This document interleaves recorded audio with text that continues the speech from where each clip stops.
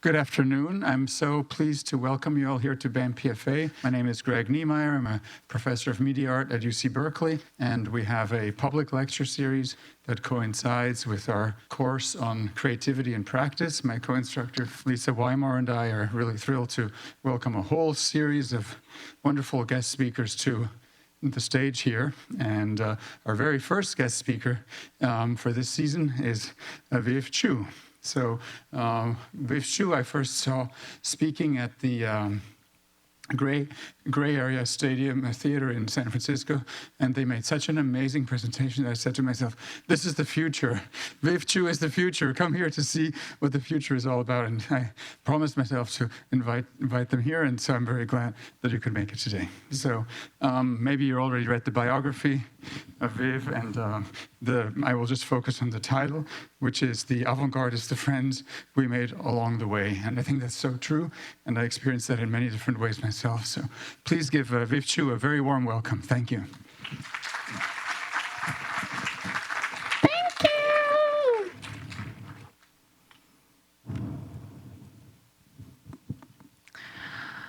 All right. Welcome to the talk.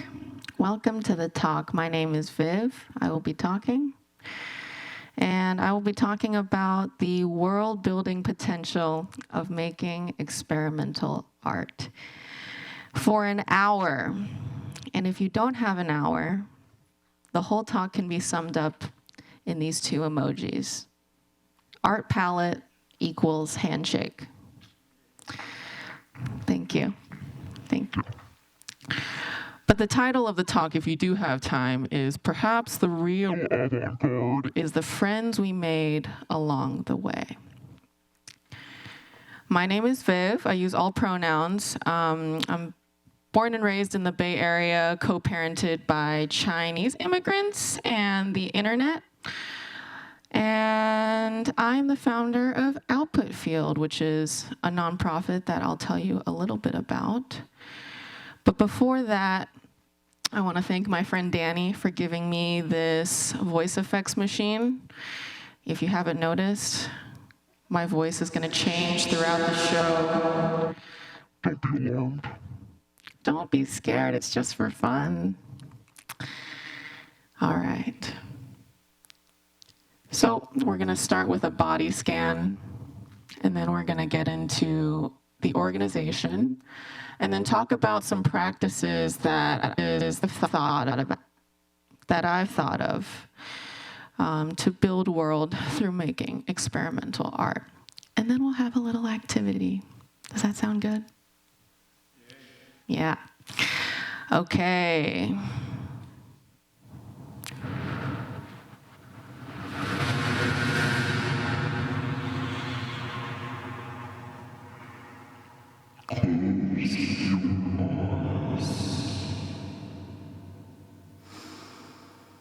Breathe in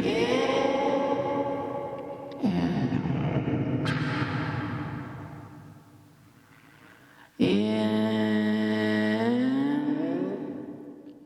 out. Let's take our mind and bring it to our little toes. And we wiggle them. Are you wiggling your toes? What do those toes feel like? What do your ankles feel like? Let's roll them around. Are they gonna break? Let's think about our calves. Are they tired from walking up the red steps? Are your thighs tired from carrying your lived experience and your valid thoughts?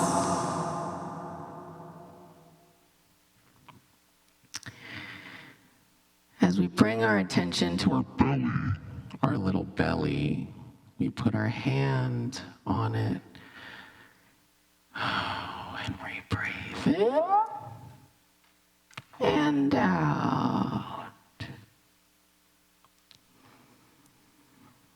We take this time to set an intention. What are we going to write on that card?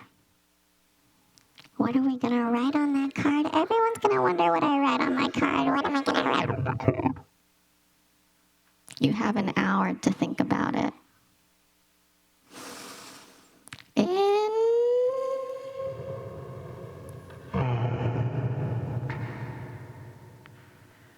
you know that your thoughts are valid, that every thought that crosses your mind is worth writing down, is worth talking about, and worth sharing. And as we take that intention up to our little minds, we have it. And we flutter our arms open. Let's get started. Field. Output. Hi, my name is Viv. I'm the founder of Output Field. Output Field is a 501c3 nonprofit making community amongst emerging artists. Please enjoy this short video about our organization.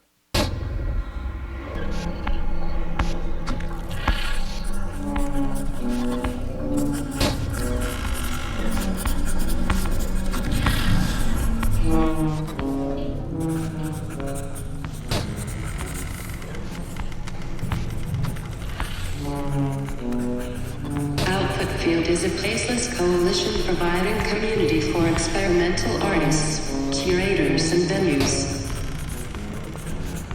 Our mission is to breach the canon by linking across disciplines and time zones. All canons are finite. Our canon is mercurial. Our canon is plastic. Our canon stretches and fuses mediums. We are nurturing an organically curated database of underrepresented voices in the arts. A curatorial corrective. Output Field is calling for the redistribution of clout. Shifts are imminent.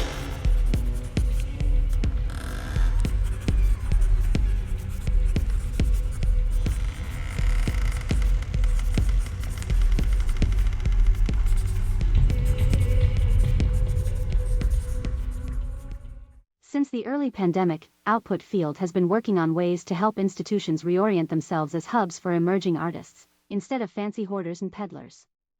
As an organization, we value community as a venue for passions to converge and collaborations to spark. Initially a knee-jerk response from socially distanced artists, Output Field went from hosting multidisciplinary live streams to building tools to break gatekeeping and hegemony in the arts. There are two core players in this space: those who make art and those who select artists.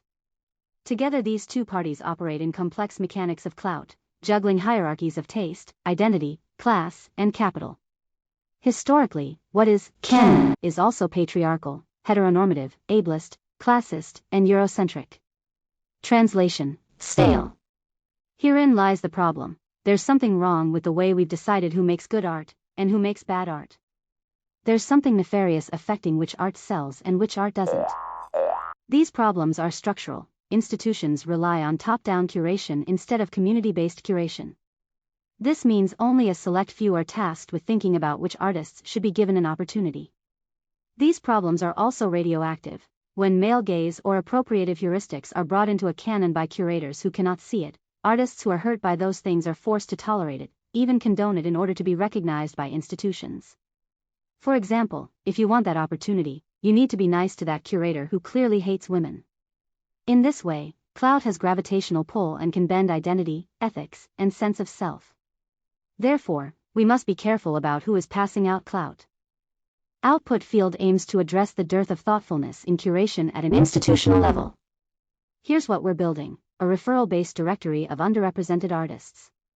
Artists and curators each have a set number of invitations to refer fellow creatives they'd like to add to the list. This organically curated database will grow through friends of friends of friends of friends, and become an invaluable resource for institutions looking to break patterns of exclusion in the arts. Imagine, you go on outputfield.com, and you can see the latest list of artists who deserve more attention. Currently, our resources are going towards building this directory. Our team of engineers, designers, and artists will be launching the website this year. Output Field was founded to fill gaps constructed by homogeneous leadership and carve out space for difference. This means advocating for those othered due to race, gender, sexuality, disability, or class. These values inform the way we grow as an organization and shape the community around it. We hope to continue nourishing experimental art with this lens, and are excited to build and share space with others trying to do the same. So that's a little bit about our organization. But today, we're going to talk about this. How can avant-garde art be a tool for making light and sparking community? How can we milk that? How can we milk that? I think experimental art holds unique power as a tool for world building, community, and storytelling for othered voices. So I really like thinking about how we can harness that power. Let me clarify what I mean by milk. I have a definition here.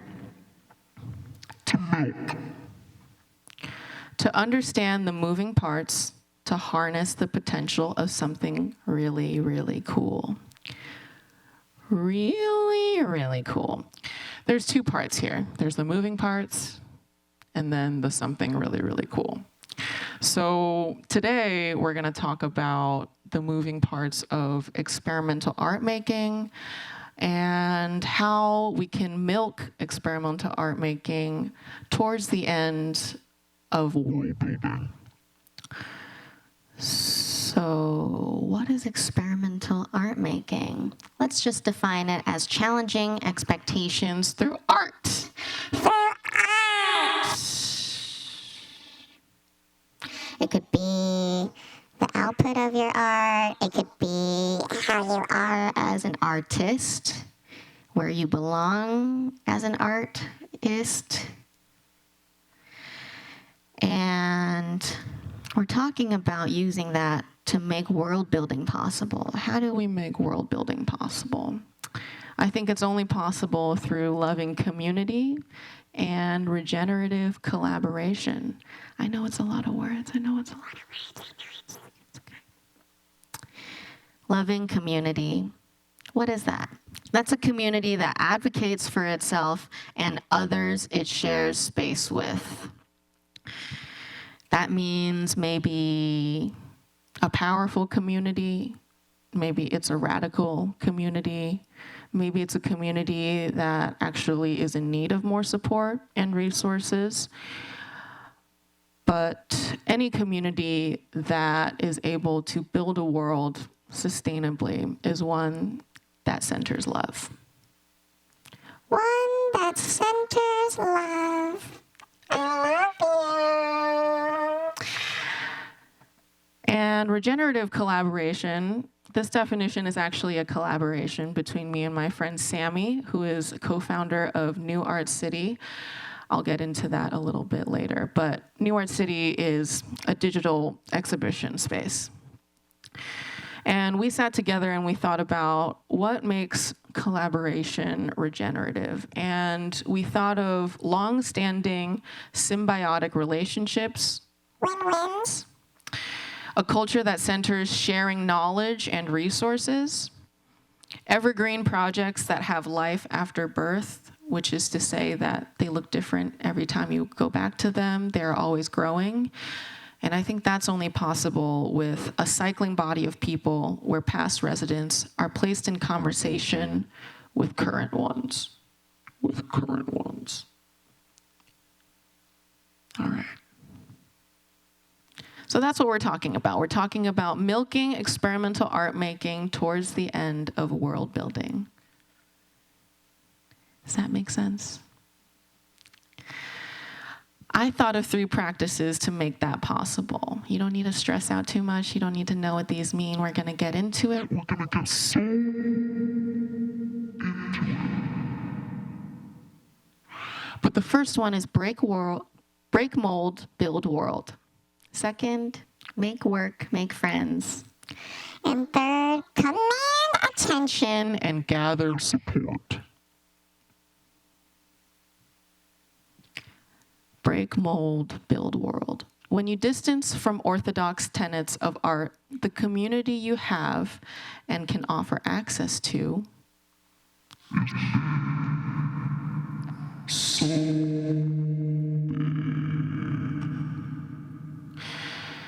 Let's get into that. Let's get into the mold. What mold are we breaking? Let's call them hegemonic markers of taste. This is the mold. The proverbial mold. And these are just 3. I just thought of 3. If you can think of any more, I'd love to hear them after the class or whenever. You could scream it. But the first one I thought of is perfection. This is the idea that good art has perfect surface finish. Good art cannot be done without access to an artist studio, a fabrication crew, and a spray booth. I can think of some counterexamples. One is glitch art. This is the work by Betty Apple, who we curated into our show Skin Garden. I'll talk about that later. But as you can see in her work, she incorporates a lot of artifacts from the technology she uses. You see a lot of pixels, you see a lot of glitching. And this aesthetic impact is really apparent in all of her work, including her performance work, her music work, and her visual work. Another example is Candace St. Williams. They are based in Brooklyn, and they make these really cool dolls from what they refer to as humble materials, which is to say that these materials are not expensive. They're not hard to acquire. They're not hard to get at all. But that doesn't make it any less artful. Physicality. This is the idea that good art is big and commands the space. Good art is Made with marble, not pixels. Good art can and should be displayed in a museum. Can I get a boo?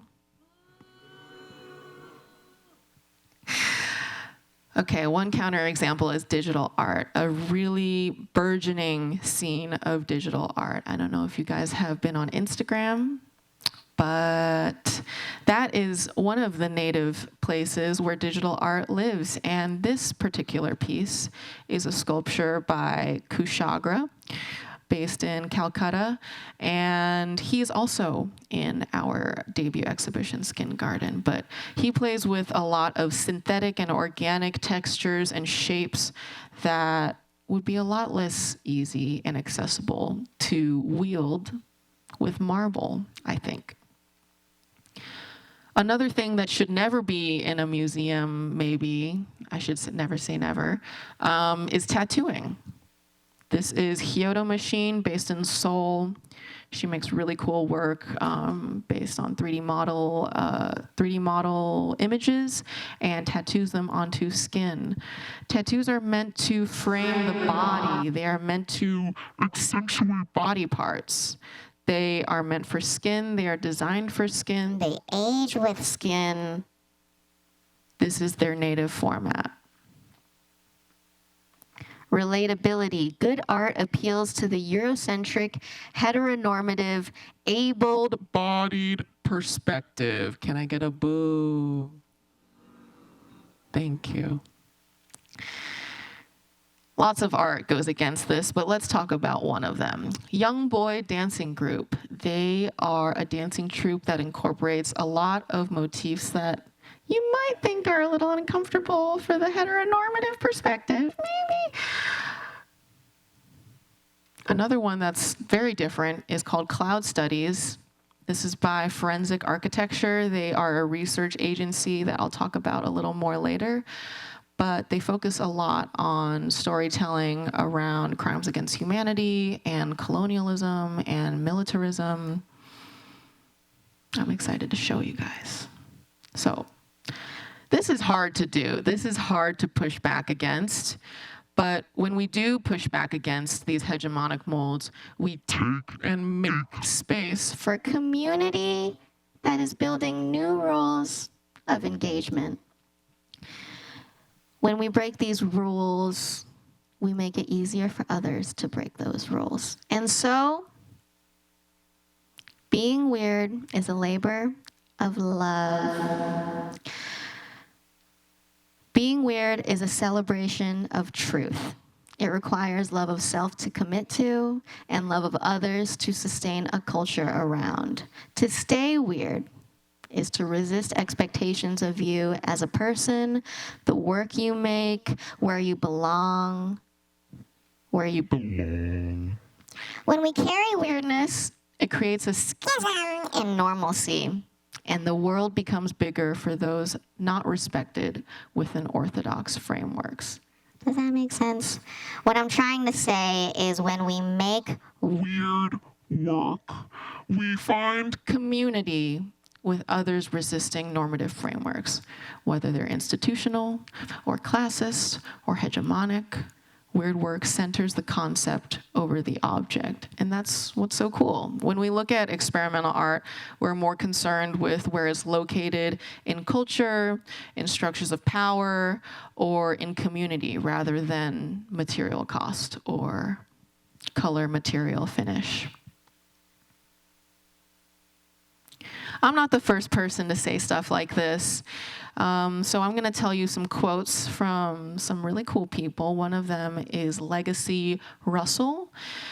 She is the author of Glitch Feminism, which is a really cool manifesto that explores the potential that the internet has for genderqueer people to amplify their explorations of themselves, to protest gender norms, and to create a new environment, a new space for people who were deemed weird.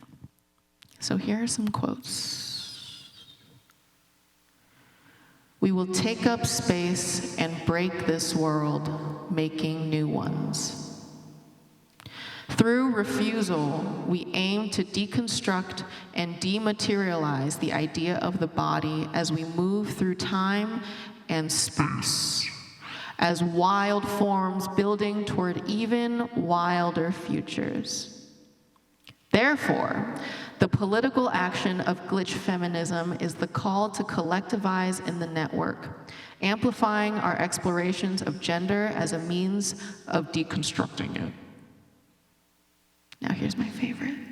Here too is both a world and a wound.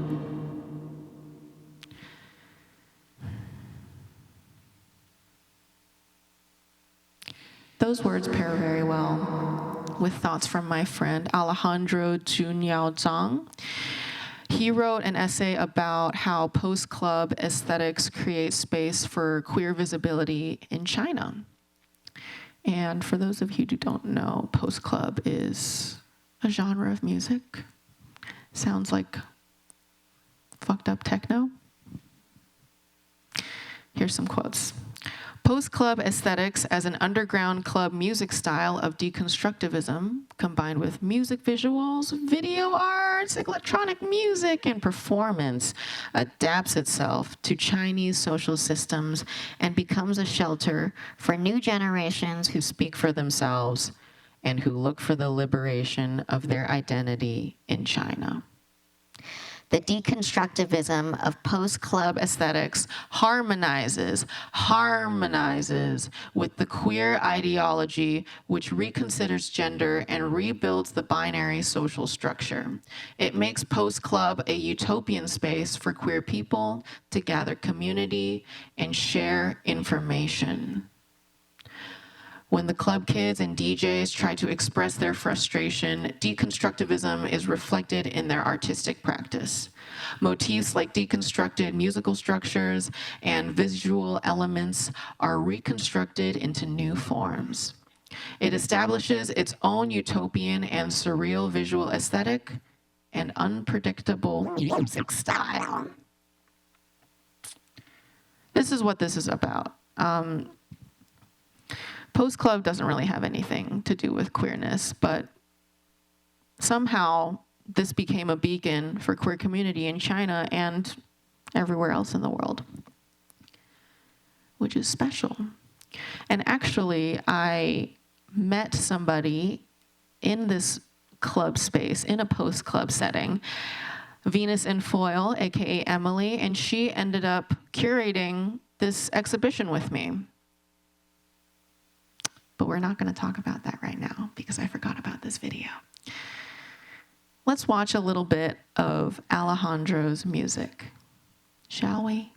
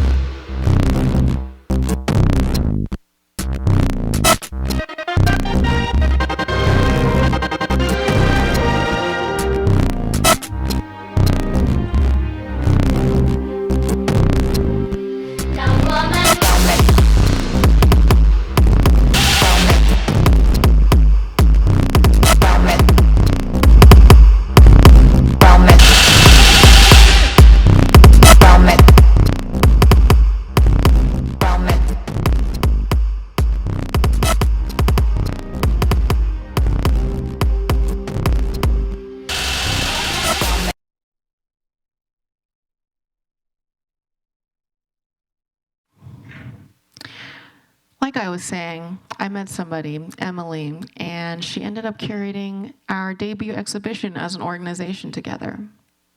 And that was called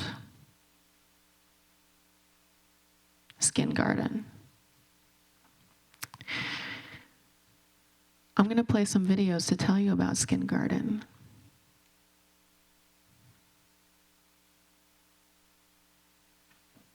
Ready, set, go.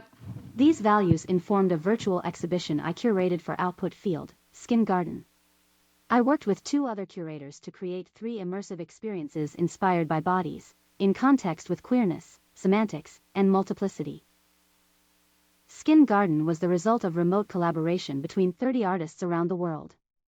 It features the work of 3D artists, performers, sound artists, and tattooers.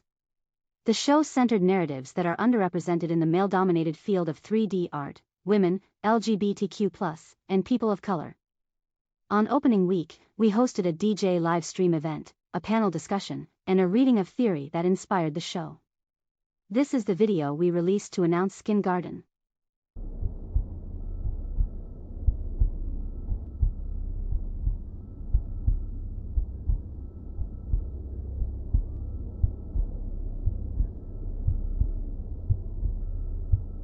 Welcome. Output Field presents Skin Garden, a collection of 3-dimensional musings in flesh presented in 3 rooms. This exhibition is about bodies. Here are no strings. No strings on me. Changing bodies. Drop quickly down the spine. Going up. The bodies move. Pushed with music. Bodies from a distance. Posture, face, tone, voice between your teeth. Any body. Sounds of fear. Our bodies. Don't look at me. My voice is bigger than my head. We're bodies. Impulse of thought. Bodies. What you just heard was the soundscape for the lobby, created by Brooklyn-based performer, Tuba Greer-Williams. Today, I will be giving you a glimpse of the Skin Garden lobby, and the 3 rooms inside. Sorry about the sudden cuts, I have a lot to show you. If you'd like to linger longer in the space, all the links you will need will appear at the end of this presentation. Each room in Skin Garden is an audio-visual experience featuring a 3D environment and soundscape. The lobby contains portals to each of the 3 rooms. With the exception of the 3 sculptures representing each room, everything in the lobby is sculpted by Calcutta-based 3D artist, Kushagra. Please enjoy the view as we listen to some more of Tuba Greer-Williams' soundscape. Bodies, movements. After nobody becomes somebody. Nobody. Bodies attached. Scratched to death. Post-traumatic bodies. Allow a new growth. Still upside down. Release. You're upright now. Relax and slowly build up the spine. Multiplicity of bodies. Let the jaw drop. Sound deep into your chest. Enjoy the show. And please follow the rules. The first room we'll be entering is Walk-In's Welcome, a digital tattoo showroom. Advances in image rendering have become interwoven into the process of tattooing, and archived onto skin. More and more, this analog art form has seen a shift towards the digital and the experimental. Walk-In's Welcome is a showcase of tattooers who have embraced this shift in their practice. Inside are fleshy sculptures by 3D artists Lady Bams and Nusi Cuero. These sculptures are inked with the designs of 5 tattooers around the world who use 3D software, digital painting and other tools to make their designs. The soundscape is assembled from sounds of a tattoo in session, plastic crinkling, ink shaking, machines whirring. Have a look.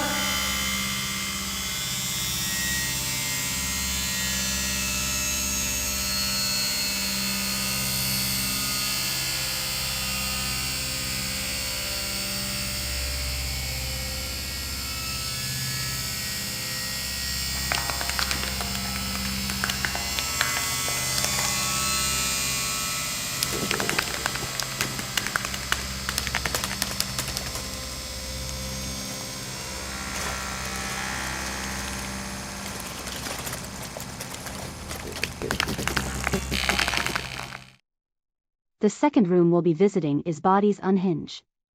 Co-curated by Venus in Foil and myself, Bodies Unhinge is an articulation of queer affects, through breath, movement, and voice. We started this project by collecting voice notes from queer communities, each of them reading part of Venus in Foil's essay about queer affects at the rave. Betty Apple then wove dozens of those recordings into a sonic interpretation of the feeling of becoming unhinged, a central theme to Venus's essay.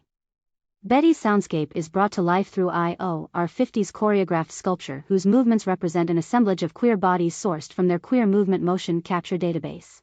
Bodies Unhinge explores the ways unruly aesthetic experiences disrupt the borders of flesh and shake loose the psychic debris left by trauma. Here, the queer dynamics of raving offer the club as a site to sound out the effective afterlife of psychic injury. Enjoy. We breathe in the atmosphere. We breathe in the atmosphere. We smell the effective qualities of the space. The vibration of music. Breathe in the atmosphere. We smell the effective qualities of the space. Dance. We remove socially disparaged desires and effective reservoirs of hope. Immigration as a violence. Beyond the normative project of growing up. Queer needs access.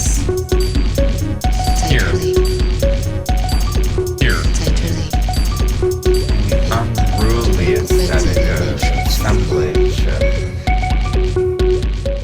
Okay, the third room is Reconsider Flesh. Co-curated by Salomé Chatriou and myself, this is the room with the most artists and the most artworks. This room contains the digital sculptures from dozens of artists, from Shanghai to Paris. Reconsider Flesh is a breathing sculpture garden. It contains virtual expressions of skin, flesh, and bone inside a breathing grotto sculpted by Salomé Chatriou. Salomé sculpted these walls by manipulating breathing data. This came to life further thanks to Bella Barrena, a Spanish artist who sang and produced the soundscape in the space. Bella Barrena's voice and beats echo through the space as she sings words from Gordon Hall's essay Why I Don't Talk About the Body. Gordon Hall's essay critiques the turn of phrase, the body, and describes the damaging effects of the phrase's singularity. When the phrase, the body, is used to describe bodies in general, multitudes are reduced to a monolith. Drawing from her shared experience of having a trans body, Bella Barrena. sounds out Gordon's theory. This is the last room. I hope you enjoy it. When some of us with friends, some of us want to friends, while some others want to be blind in the past. Some of us despair. Some of us trapped, some of us know one body, some of us had surgeries, some of us have had taken ornaments, some of us have altered our bodies in the way we wish, in the way we wish. I am more than a trans body. Do not put a name on my body. I'm looking for a name to my body. Take my body out. Take my body out. Do not put a name on my body. I am more than a trans body. As an evidence of a difference, the spectacularity naked trans, the spectacularity naked trans body. Alright, that's the end of the preview. Thank you for touring Skin Garden with me. Skin Garden's 3 rooms are accessible on New Art City. Our opening events are also archived on our YouTube channel. This, and a list of every artist involved in the exhibition are listed on outputfield.com/skingarden. Also, all of the soundscapes from the show are on soundcloud.com/outputfield.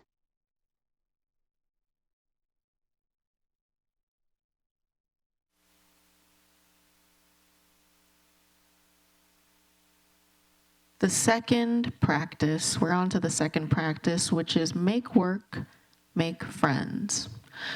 The work we make is inherently a magnet for like-minded people.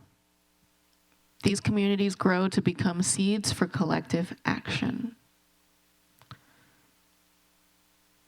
So this is really asking the question, how does this framework that we're talking about affect the way we think about the work we make?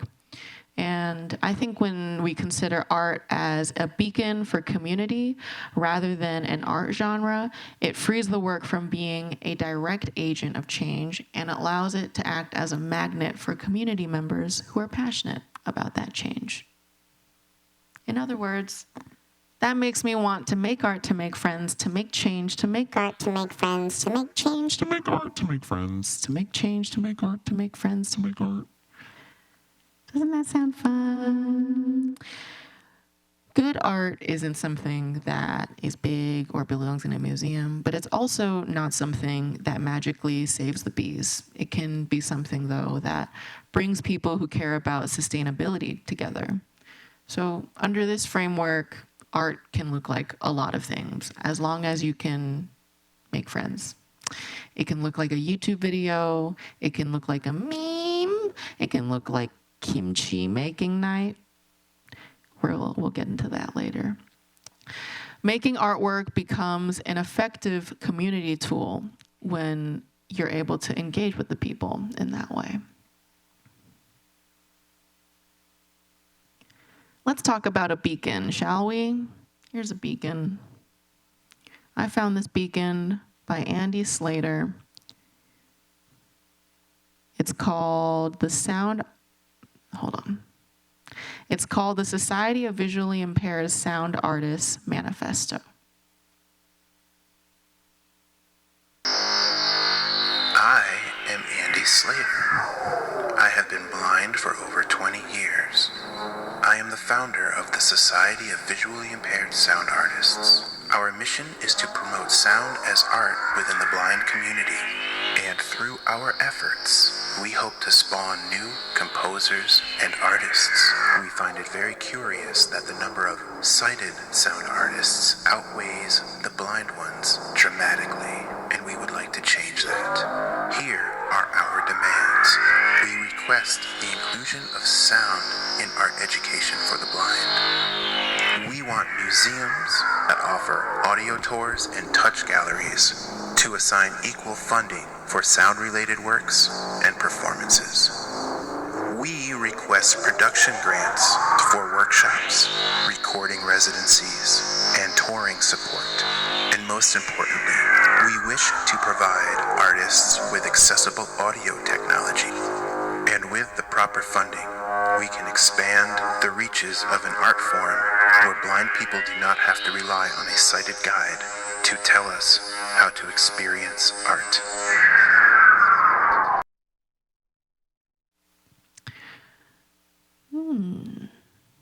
That video manifesto by Andy eventually led to the development of a larger accessibility panel for New Art City. Do you remember New Art City? That's what Skin Garden was on. When I met him, I found that he's a super cool Chicago-based media artist, sound designer, teaching artist, and disability advocate. And now he is a part of our panel of art professionals contributing to a future of a more accessible, equitable, and inclusive art landscape. And one of the projects that came out of that was this. We use Zoom. You know Zoom. We use Zoom to follow Andy as he navigated the New Art City website, this digital exhibition space, with a screen reader. And we took notes and researched ways to make that experience more accessible for not only blind visitors looking at art on the website, but also blind artists making art on the website. It was a lot of really interesting conversations about place and location and soundscapes. And I hope you guys get to see the fruits of that labor soon. But next, the next practice and the last practice that I want to talk about is commanding attention and gathering support.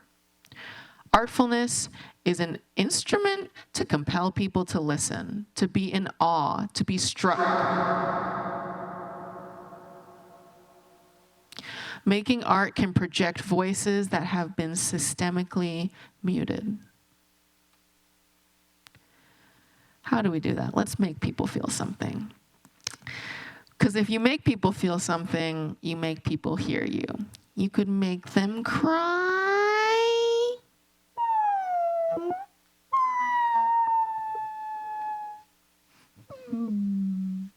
You can make them laugh.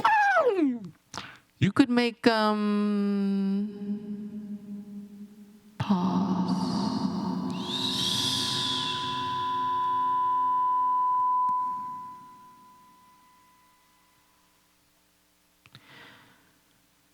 This is all to say that artfulness is a tool for upholding community. Storytelling is cool. It exists outside of institutional taste. No board of directors should get to decide whose story is important. And I think those with artfulness have that power to communicate to people, hey, this story is worth hearing and worth preserving. Someone who does this really well, I love her, Hee-Soo Kwan. She is an artist and anthropologist. She's a visual artist and does a lot of work based in the Bay Area. In 2017, she initiated an autobiographical feminist religion called Lema Sum. And it is an ever-evolving exploration of her family histories and feminist liberation. She makes a lot of digital 3D immersive work that you can think of as some sort of memory palace that has physical and digital space.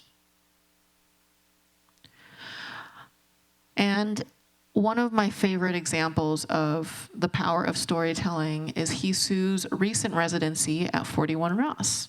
Has anyone been to 41 Ross? It's in Chinatown. And these are some snapshots from her project.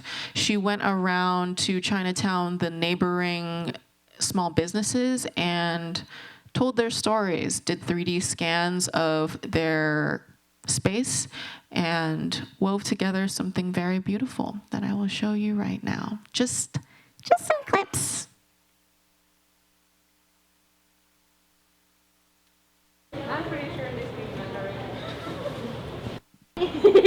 I'm decent. I wanted to give it to you and say hello. Oh, hi, thank you. Yeah, I'm gonna be at 41 Ross for 3 months from now, and I wanna invite the neighborhood to the place and wanna do a lot of like fun experiences where we choose together. So yeah, I wanted to see you and say hello. Yeah, the month of neighbor.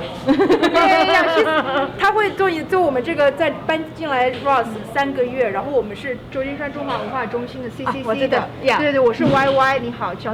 你好，我叫 Sherry。Sherry， 这是黑苏，是我们这个艺术家，他是韩国出生长大，在他们这个家乡传统里面呢，搬进一个新的街坊，他们要给一下年糕，给所有的街坊邻居一起庆祝。然后这个是红豆口味，他今天刚从圣荷西那边刚做了。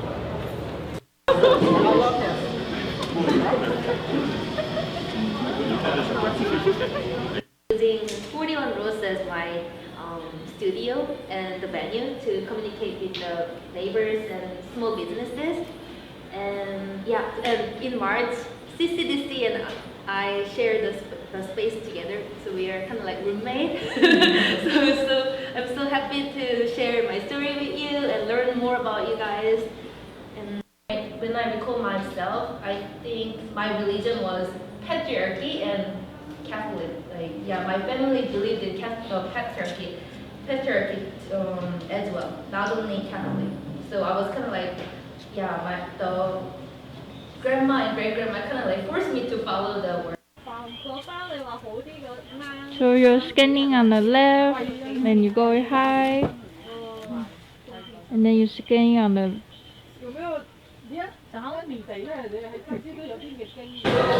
My ideal plan is we want to interview 5 businesses today. So this morning we visited the bookstore and Mama Jiang.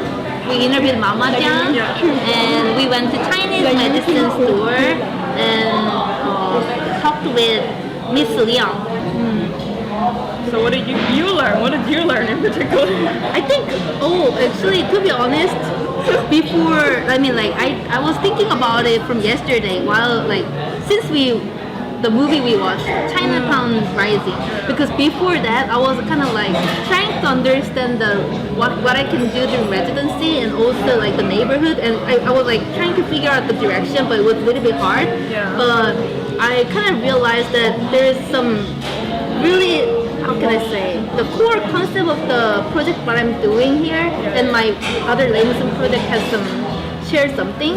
It's that like I want to highlight some marginalized history or neglected history, like stories and like the people who need more highlight. Like my female ancestors, their lives were kind of like no one like made some records where no one like took care about like their own like achievement, you know, and like the personal histories. So that's what I'm doing in Lamison practice, and I feel like while I'm interviewing people and like learning about the businesses, I think their personal history reflects the history of Chinatown and everything, and like archiving the story and like the talking with them and share with other audiences like. Also, like it's kind of same gesture from what I'm doing with my family. Like, I think like at first you wanted. Thank you. 好啊，今晚願望下啊，今晚去啊，今晚嚟喎，係啊，好啊，咁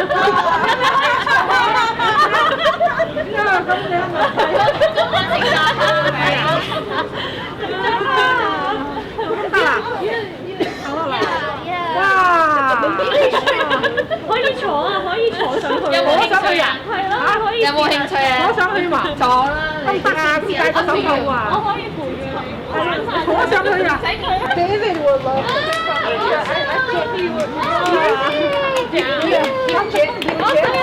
nice， 哇，呢個好舒服，係啊，坐咗，哇，OK，可以啊，冇人答啦，哇，咁啊真係。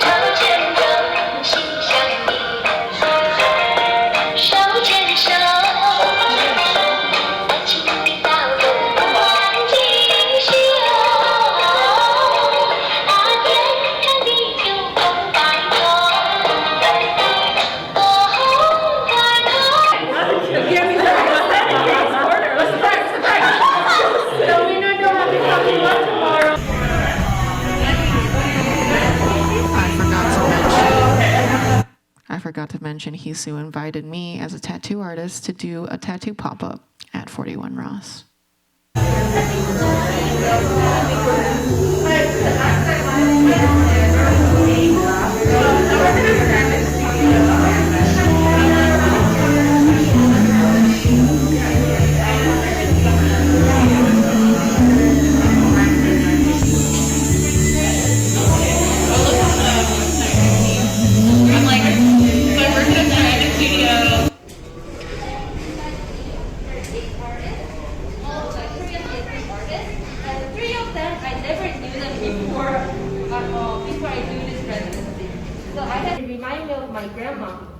What she used to make, but it's a little bit, it can be a little bit intense for some people.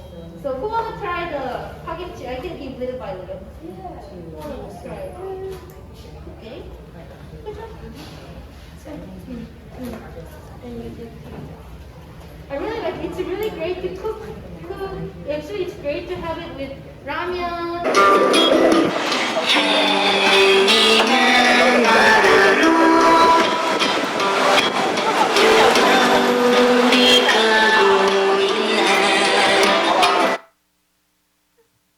So cute. I love it. Next. Forensic architecture. We talked about this. We don't have too much time, so I'm going to do it really, really quick. They are investigating human rights violations. A lot of their work has been used by big organizations as evidence and has been cited by many. They made this really cool thing called cloud studies, and it basically was an investigation into ways colonization could invade the air. And I'll show you, do I have time for a tiny clip? Okay. 1 minute, 1 minute, 1 minute.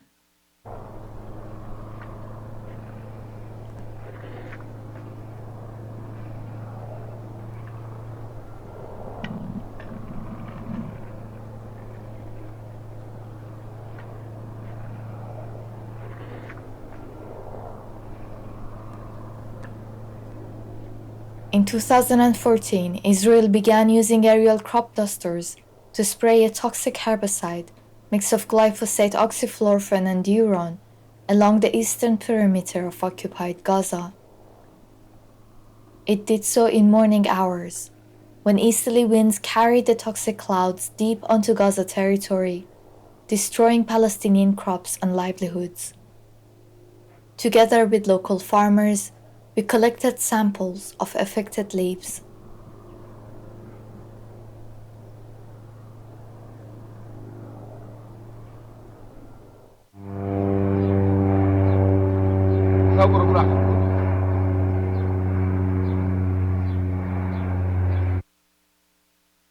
We used motion tracking to model the path of the plane.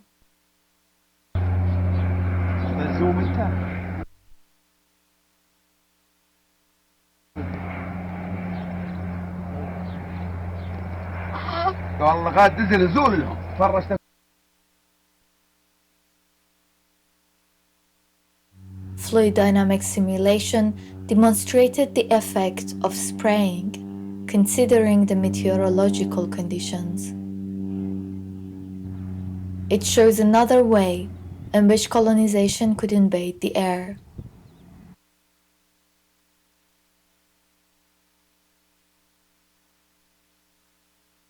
Short clip. So I think these are two great examples of storytelling, visual storytelling, and community engagement that are world-building projects. In conclusion, here are 3 practices again. Did we miss them? Break mold, build world, make work, make friends, command attention, gather support. Okay.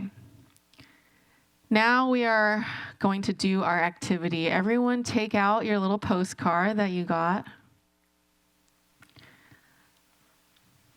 And we're going to fill this in.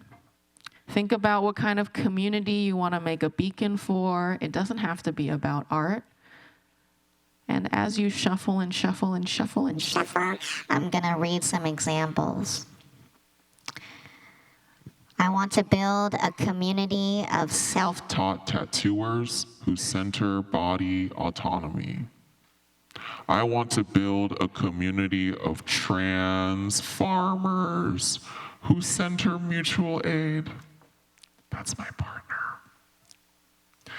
I want to build a community of Asian diaspora femboys who center yearning. That's my bestie. I want to build a community of Marxist Leninist earth signs who like techno. I want to build a community of bimbos who center love and community. If you got the other one, the bunch of one, that's more of an action one, more of an action guy. Are you more of an action guy? Maybe you want to deprivatize data with a bunch of cybersecurity nerds. Maybe you want to host dinner parties with a bunch of unionizers. Maybe you want to do makeup tutorials for a bunch of young trans girls. So I'm going to play some music and you guys think about that.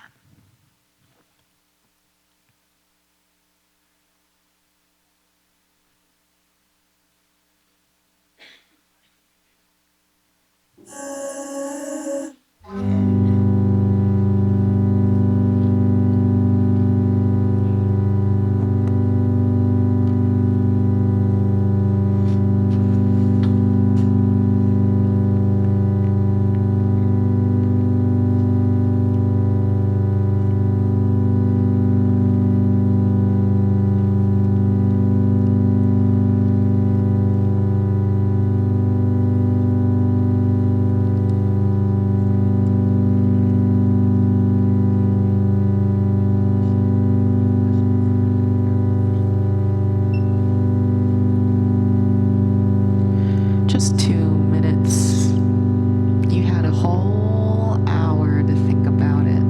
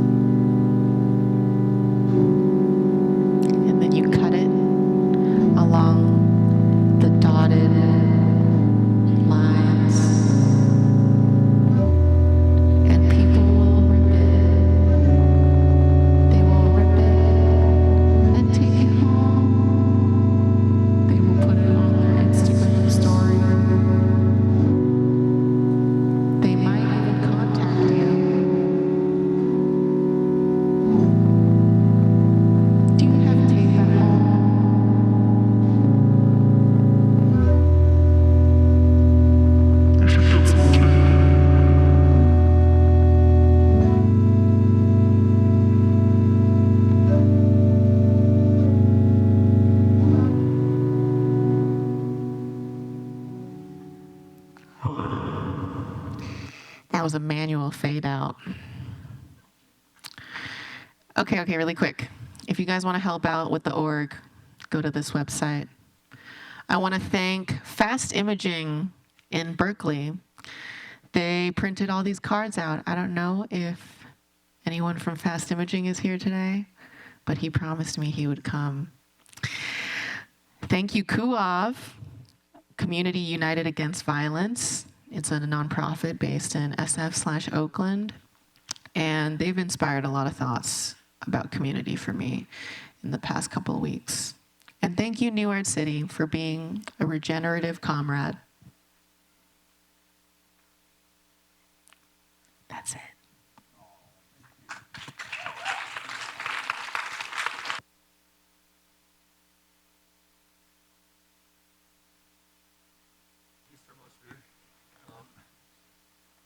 Thanks for a great talk, and thanks for sharing all your ideas and thoughts and feelings and voice with us. It was beautiful. And so now we get to ask you some questions. And my first question is just practical. We get to keep those cards and put them anywhere we want, right? We don't have to give them back to you. Okay, and so that's good. And if anybody has a question, please raise your hand. And we have two ushers here who will bring you the microphone. And I think your voice will stay the same. It won't change. But so you can change it yourself if you want. And is there anybody who has a raised hand here? Maybe I'll get us started with a question myself. I see a question over there. Yes, please go ahead. So we don't have to give the cards to you, but can we? You can, yeah. It's a gift. All right, so I have a question for you. A lot of this work has to do with sharing resources and one way to share resources is through money, another one is through barter. I wanted to say, if you could say a few more words about how the economy of your systems works here. Is there a lot of barter involved? Is there a lot of money involved? How does it work? Yeah, resources are funny. It depends who I'm interacting with. If I'm with fellow artists, we barter amongst each other. There is always work trade happening. I've traded with some people in this very room. Tiff over here cuts hair. I'm getting off topic. But yeah, as far as money, I think as artists together, we search for financial resources together. As an organization, we, from the very beginning, didn't want to base our business model on making money off artists. You know, anything that, you need to pay this amount of money a month to be involved in this artist commune. Nothing like that. So at least as far as the economy of our organization goes, we want to focus on just trying to get money from institutions and grants and stuff like that instead of artists' pockets. Question over there.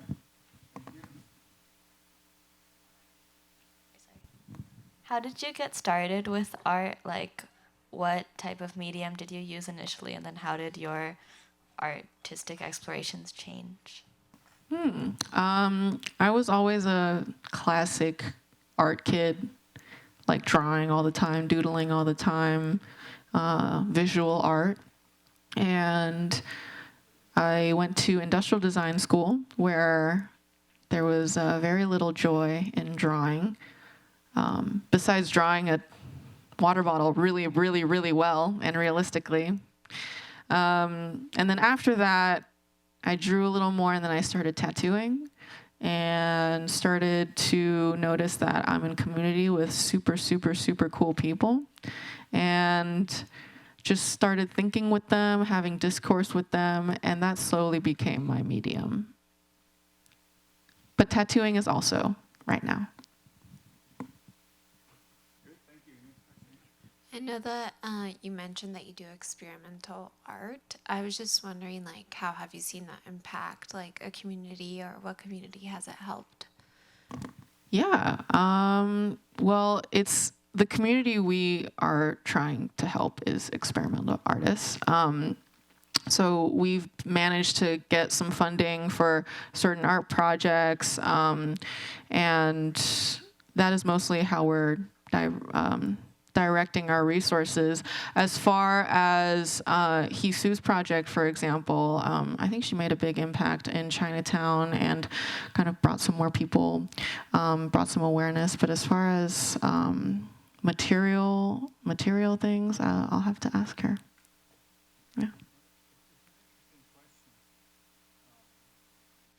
It is an interesting question. It's an interesting question that brings us back to one of your earlier points that, you want to make change in the world, but sometimes the big change that you imagine actually comes in very small steps and almost at the scale of the friends you make and the things you do among your friends.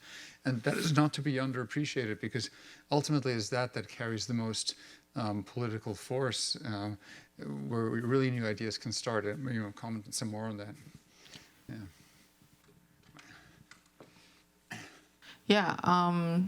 Yeah, just while you're getting the mic. I think as far as like big goals and material goals, they can be practiced in every day. If a material goal is, for example, abolition, mutual aid and all these smaller things that are consisted of like friendships, relationships, those are necessary to make mutual aid. Events happen, projects happen. These things are hard to measure, but people are cool. What importance, if any, do you place in learning technical skills before branching off into your own things? I think it's always important to learn technical skills. I think the more technical skills you can get, the better.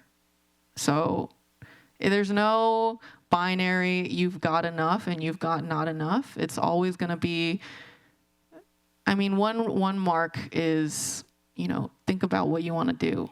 If you want to do something that requires technical skills that you don't have, then you should probably get those skills. Or find somebody with those skills that you love dearly. Yeah, the more technical skills you have, the more you can barter for other skills that you couldn't possibly do, like cutting hair.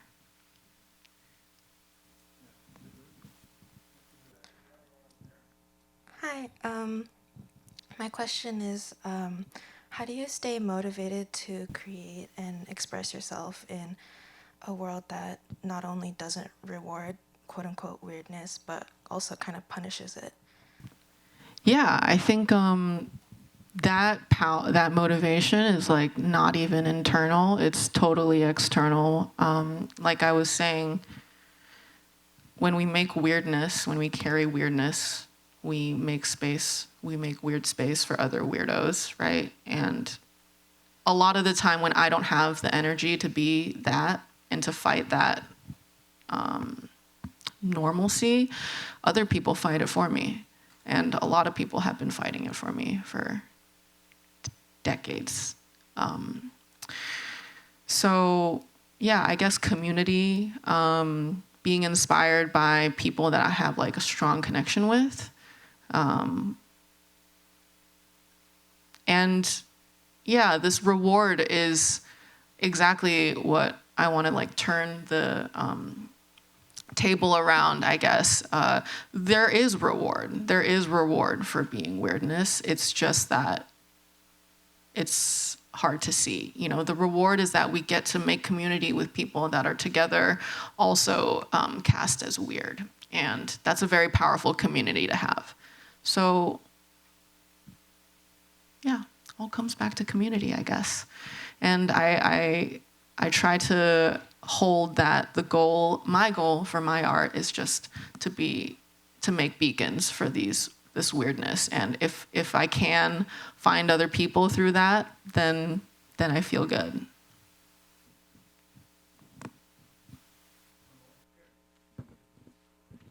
So you talked about studying industrial design and also being used to being like a very classic art student. And I was wondering if there was a experience that you can single out that caused you to, or opened your eyes to the problems associated with the art world that you mentioned, like with the patriarchy and with the Eurocentric like worldview or whatever.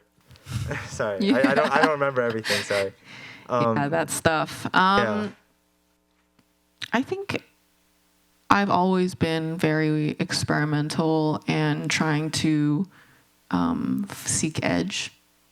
And it just takes time. Like, the more you are submerged and saturated in the world, the more you can see every little ugly and pretty and cool and lovely aspect of it. So I think it was just saturation, just spending time in it.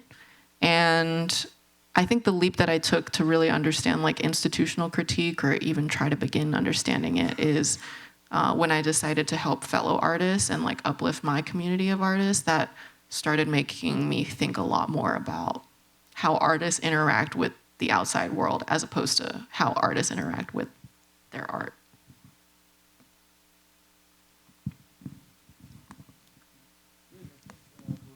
Thank you. Final thank you, applause, and thanks so much for this wonderful talk. So we're all going to make art that has to do with imagining what it'd be like if we didn't have a body, and then how would we design our body. And you're going to do that more on Friday. And then on Monday, I think we're going to be done with these projects, and we'll get to look at them and share them and maybe build community around that kind of weirdness of your imagined bodies. And Viv, may we send you those pictures for comments? Yes? Okay, we'll do that. So you'll get lots of mail from us, okay? All right, thank you so much.